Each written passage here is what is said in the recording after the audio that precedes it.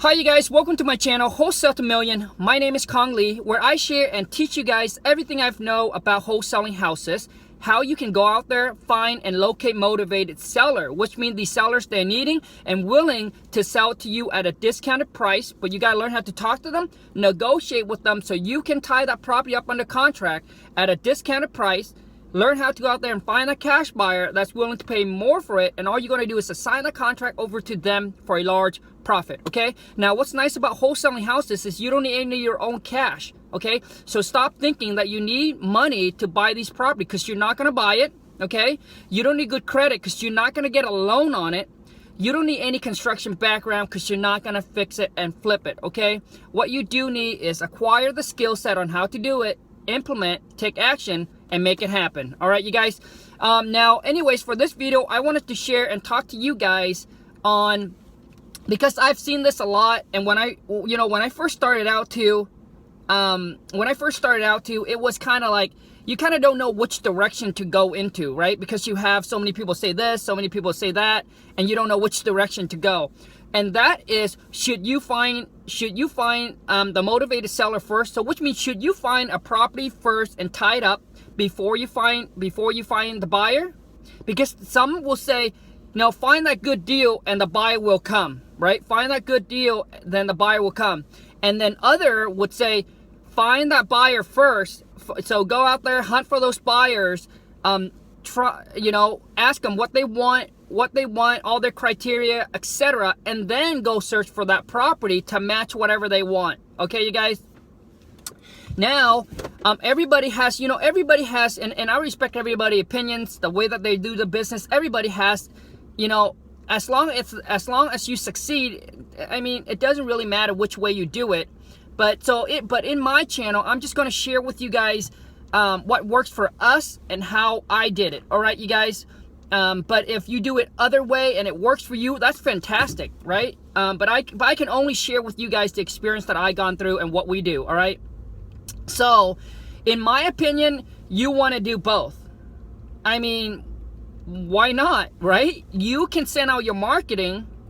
You can still send out your marketing. You can still cold call. You can call the realtor. You can post your ad looking for a discounted property. You can do all of that, while at the same time, I mean, why not go also to is post a fake ad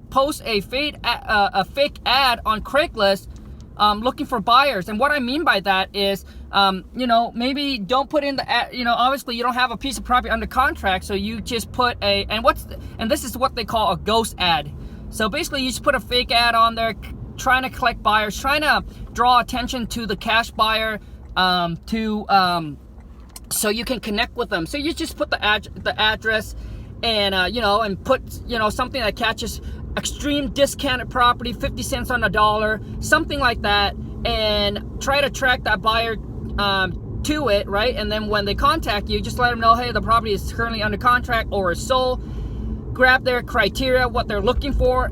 That way, when you and then let them know, hey, if we have another piece of property comes up, would you be interested in it? And then that's what it is with a fake ad. And then you collect their information, so that way when you have a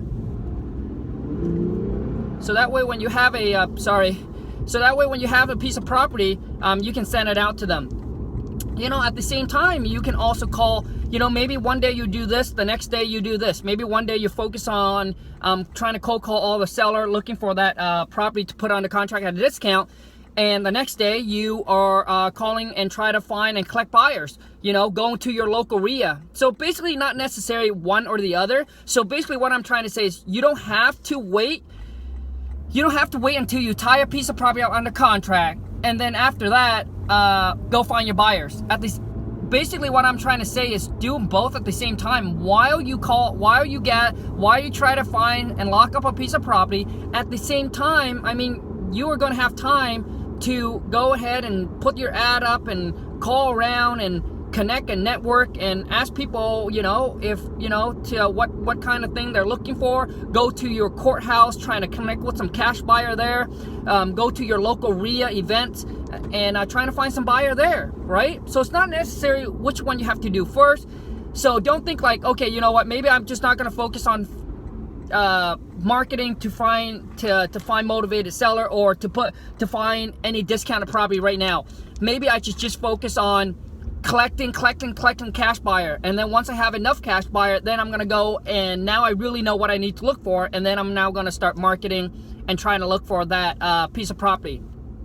So that's what I'm saying, is that don't need to wait, you guys. You don't need to wait. Just take action. Take action. That is the key. Most people, what it is they get paralyzed and don't take action, and that's the thing. And to be honest with you, like, I'm an action taker. Once I hear something, I'll just pause it, and then I'll go do it. And then I end up, obviously, you end up making a mistake. And don't be afraid to make a mistake, you guys. Just understand that you are going to make a mistake. No matter what, even if you have a mentor that's going to hold your hand, it's going to teach you step by step, but you're still going to make some kind of a mistake, all right? Maybe it won't be a large mistake, but it'll be a small mistake, all right, you guys? But don't worry about making a mistake, you guys. A lot of time when you worry about making a mistake, that's what paralyzes you. That's what's going to stop you taking actions. And that's when it's going to stop you to get to the next level, all right? To get to your goal, all right, you guys? So even though right now, maybe you don't know the whole puzzle, all right? Maybe you don't know the whole thing.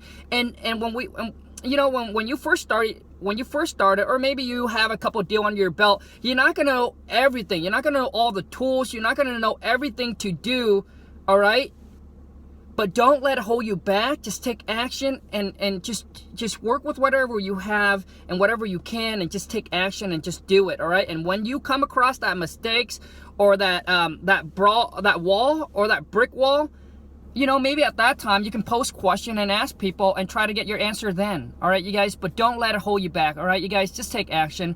And like I said, and I can't stress this much more, is that as a wholesaler, all right, what's nice about wholesaling houses is that, honestly, you guys, there's really there's really 99% risk-free. You have no risk, all right, you guys? The only risk that, unless you mess up in your contract where you don't put a contingent in there that allows you the way out, all right? So let's say if you can't find a buyer that allows you the way out, then you lose your earnest money. But typically most investor contract, I would say 99.9%, that all of in there is to protect you, all right, to protect you as a wholesaler, to give you a way out of that deal if you can't find a buyer, all right, you guys? So don't be scared. But anyways, I don't want to get off topic here, but as for me, I would do both. Seller, while you're marketing, trying to find your property that you want to tie up, look for buyers. Look for buyers while you are sending out your marketing, trying to find that piece of property. You guys, there's so many different kind of buyers, all right? There's so many different kind of buyers. I mean, we've came across where one property where we sent 5 investors through, and 4 of them will say no, and 1 of them will say, you know what, this looks pretty good. We're not gonna flip it, but we're gonna fix it and then rent it to one of our family member. All right, you guys?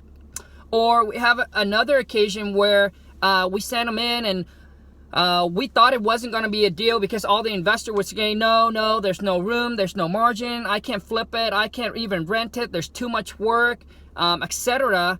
And we got a buyer that comes in, and say, hey, you know what? This one works for us. We like the area.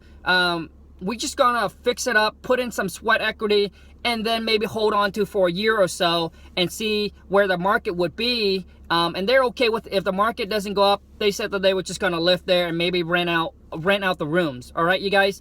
So really, there's so many different buyers, but don't just look for buyers and not do your marketing trying to find that motivated seller to tie a piece of property under contract. And don't just find seller and not find buyers, all right? So just don't wait, you guys. Just do it all. Just do it at the same time, all right? Just do it at the same time, because there should be, in my local area, there's a monthly meeting. It's called the RIA, the local meetup, or the RIA. Right now, there's so many different networking events. You guys just have to really search in your area, and then go and connect with those, and go and attend those events, and I'm sure you'll be able to find some buyer there. All right, there's buyers, there's landlord, there's contractor, flippers that goes to the local RIA, All right, it's a real estate association, REIA, Real Estate Investor Association. Okay, so you can go there and network and connect and find your buyer. And at the same time, you're sending out your marketing, trying to find that motivated seller and tie that piece of property under contract. So basically, it doesn't come in conflict with each other. So don't think where oh, you're not going to do anything right now. I'm just gonna focus on finding that property under contract, and then once I find it, then I'll go out and find that cash buyer. Don't wait, you guys. You can do both. All right, you can do both, because it's not going to come in conflict of each other. And that's kind of what I wanted to share, you guys. So I don't want to let you guys I don't want to let you guys think one way and then let it paralyze you without doing the other. All right, you guys. Anyways, I hope that really helps you guys out. I hope that really clear up the pictures. I've had so many people and investors when they first start out, and same with myself. When I first started out, I didn't know which direction to go, which way, because there's so many people said, hey, go click the buyer first, right? Go click the buyers, know what they want, and then you go out there and you find that piece of property. But in those time frame while you're collecting, you're not marketing, you're not trying to find that seller. Maybe you could have lost on some deals, right? And there's people saying, oh, when you find that right deal, the buyer will come, right? But I mean, when you find that when you try to market and find that that piece of property, that discount, that motivated seller, if you are doing at the same time trying to collect that cash buyer, maybe when you have that property, there's your cash buyer. They're ready to go, right? Because a lot of time when they say that, even if once you find a piece of property, you still got to put in the effort, market it, call people, network with people, trying to sell that deal. Because a lot of time they think where you can just post that ad on Craigslist and there will be buyers that's going to flock to you if the price is right. Which sometimes it is, but most of the time, like I said, buyers on Craigslist are a lot of times they're tire kickers, right? They're also another wholesaler, or maybe they're unexperienced investor or just got in and they're they're kind of scared and they're fearful to pull the trigger and etc. All right, you guys.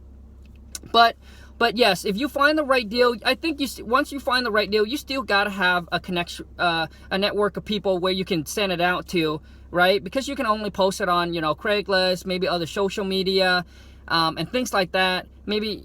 So my thing is, at the same time, do both, you guys. Don't let it stop you, all right? Because I think that you have the time to do both, because they don't come in conflict with each other. That's my opinion. All right, you guys, hope that helps. And as always, you guys, if you guys haven't subscribed, please do. Give me a thumbs up if you like this video. Drop me a comment. Let me know where you're at, what you need help with, and I'll do my best to deliver the answer, getting you guys going in the right directions and getting you crushing it in your market. All right, you guys, thank you so much. Take care. I'll see you next time. Bye.